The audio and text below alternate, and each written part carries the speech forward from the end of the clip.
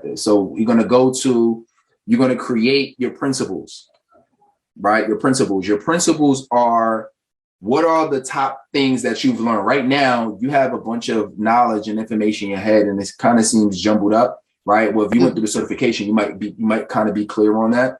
But we all need to be clear on, like, what are the principles? What are the topics? What are the top lessons that I've learned throughout my life? Or what is my expertise in?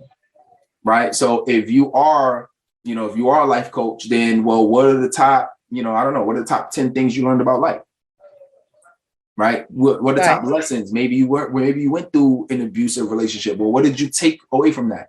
Maybe you went through trauma. Well, what was the lessons you learned from that? And you write those out as principles. Right. Those become your principles now. And so everything you do in this business and in this industry becomes a derivative of your principles. So if you ever see me on a podcast or an interview, if you ever see me on, I don't care if I'm on Clubhouse or I'm going live or I'm speaking on stage, it's going to be a derivative of my principles. I'm staying in my lane. Mm-hmm. So that's the very first thing, is get clear on that. The second thing we got to get clear on is your product. Your product is the same thing as your deliverables. So what does your program include? You have to include, so maybe it's not just one-on-one coaching or group coaching each and every week for X amount of weeks or months. Maybe it includes worksheets. Maybe it also includes, it includes a free course. Maybe it also includes your book. Maybe it also includes, it can include anything. Like, one of the biggest things I've learned is there's literally no ceiling to what you can include as part of your program. Zero, meaning I got clients who they include free therapy sessions. They're not a therapist, but they got connections with therapists and they focus on trauma. And they say, look, my job as a coach is to bring you forward. But look, I'm not in these internet streets trying to play therapist, right? Maybe you do a quarterly event or annual event where you're like, you know what? I also want to get all my clients in the same room. I think it'd be dope if I just do an event for the industry or for whatever. Now you can say, oh, also you can also include part of your program tickets to a live event. So there's no limit to what you can do for people, right? But you have to figure that out. What is that? And then now that you clear on your principle, you clear on your product, you pretty much got your package in place. Now it's about, okay, well, what is the price? What am I going to charge for this? Right. And I have an exercise that I have my clients go through that's called 50 Reasons. And specifically, that exercise gets them confident in charging what they're worth. Because sometimes we devalue it because we're new, but or we devalue it because we're trying to charge hourly, right? You might be like, oh, well, I think I'm only worth $25 an hour, but we don't charge hourly. We charge based on our value. But you want to determine what that price is. And you get this, now you get it on paper and you actually build it out and create it. Your package is done. Your program is done. You can technically go out and start marketing it. But you got to think through this because you want it to be strategic towards these things has to work towards whatever the outcome is that you're getting for your client. So with that, typically what I see, right, where folks want to essentially help two demographics. So you speak, when you do speaking engagements, you speak to the youth and then you coach adults, right? So you can kind of have it organized in your mind. So what that'll look like for you would be, when I'm going to speak to the kids, what are like the core topics that I work with? Like, what are the core topics and areas that I'm helping them with, right? And if you mentioned like survival skills, it might just be, whatever the kids, book smarts, street smarts, whatever it is, right? Maybe finding out what their passion is, right? A lot of folks, try to help people with that so the kids can start getting more into what they feel like they're passionate about, or at least discovering what it is.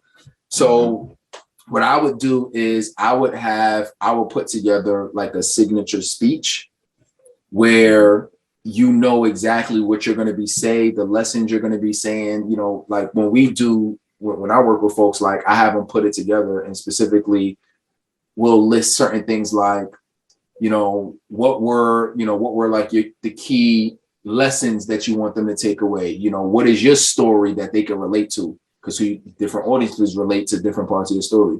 So what's the key story that you're going to tell the youth, right? And by the way, when I used to do it, you got to have a story that's going to relate to them. So, but let's just say you are an expert in it. So what are your top principles on parenting? And what is the outcome that you want them to have? Okay, well, what's your product? What's your deliverables that you're going to give them, when it comes to parenting? And is that all ages? Because if I'm a parent and I got a 1-year-old, I might not necessarily find everybody who got adult children. I might not necessarily be interested in the same program that they're in. Okay. You feel what I'm saying?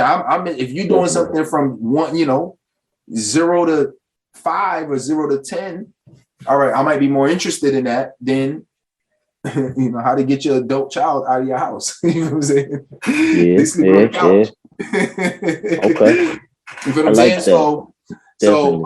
So that's what we mean. Like when we say niche down, that's what we mean when we say niche down, because the more you niche down, the more powerful your message becomes to who you're talking to. And this goes along with, like, if you're afraid, and it's for all of us, like if you're afraid, like you've been hearing people talk about high ticket and should I charge high or should I charge low for what you do? And, and ultimately that's when I was talking about the 50 reasons. So essentially that's an exercise where you come up with 50 reasons of how you can help somebody in the extraordinary impact that your program and working with you is going to have on their life. And when you go through those reasons, you're going to actually realize that, I help people in so many different ways that I never even realized. You know what I mean? For usually, if I ask people, they come up with 1, 2, or 3 ways. Oh, well, maybe they feel happier, or they make more money, or, have a close relationship with their family, right? They get healthier, right? They only have like 3 to 5 reasons. So they like, 50 reasons. How the hell you even come up with that many? Right? But it really stretches your mind to see that the work that we're doing as coaches, like, we are literally leaders in the world. The work that we're doing is impacting lives. It's impacted generations for years to come. It's not just that impact on that person, but it's their family, it's their wife, it's their husband, their kids is watching them. So now their kids might feel more confident. Their kids, the people in the community that's watching them, the lives of the people that's at work with them. Right, the type of life now, because they have more confidence, because they're more consistent, because they have that accountability. Now they're out there. Maybe they get better opportunities to get jobs. Maybe they get a higher paying job. Maybe they start that business they always wanted to start, but they was always afraid of doing it because the trauma held them back. Because they never had, they never saw themselves as worthy, right? Because they never knew how to start the business. They never knew how to even discover what their passion was, right? So it's so much that we don't give ourselves credit for of how we're going to change lives. So that's the type of work that I do with folks who come in. This is why they get confident. That's I just gave you a part of the secret sauce of what I do to really help people get more confidence very quickly, because the faster your confidence goes up, like all of this becomes like everything we just went through, the principles, the product, and the price, like, now you got confidence. Now you like, I feel confident that I can deliver this. And now that I feel confident I can deliver it, let me go out and start changing the world.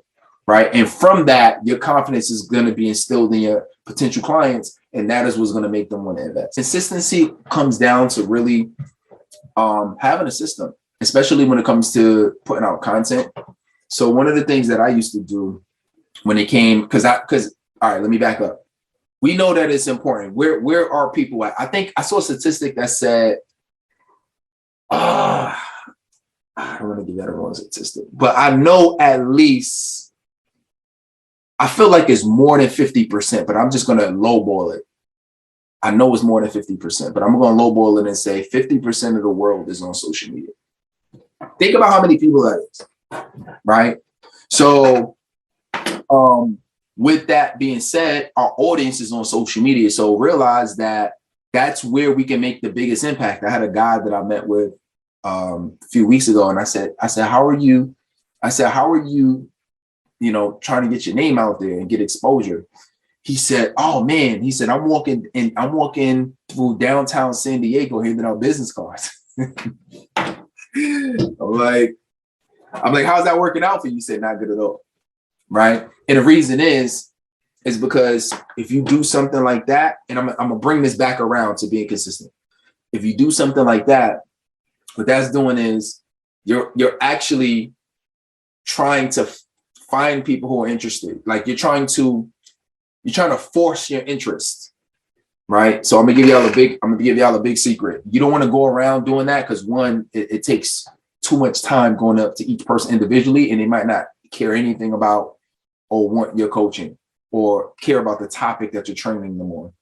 But when you're on social media, that's your best chance of getting the exposure that you want to get quickly with the least amount of effort.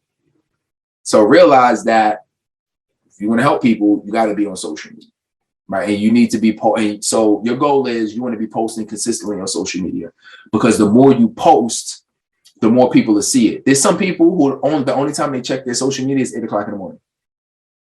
But if you're only posting once a week and it's not 8 o'clock and it's not early in the morning, then you're missing so much opportunity. So the reason why people say post multiple times a day, like at least 3 times a day, is because you're catching different audiences. You might catch the morning crowd as they get to work or before work. You'll catch the afternoon crowd who might catch a bite to eat and then jump on social media. Then you catch the evening crowd between like that 5 p.m. and like 9, 10 p.m. at night.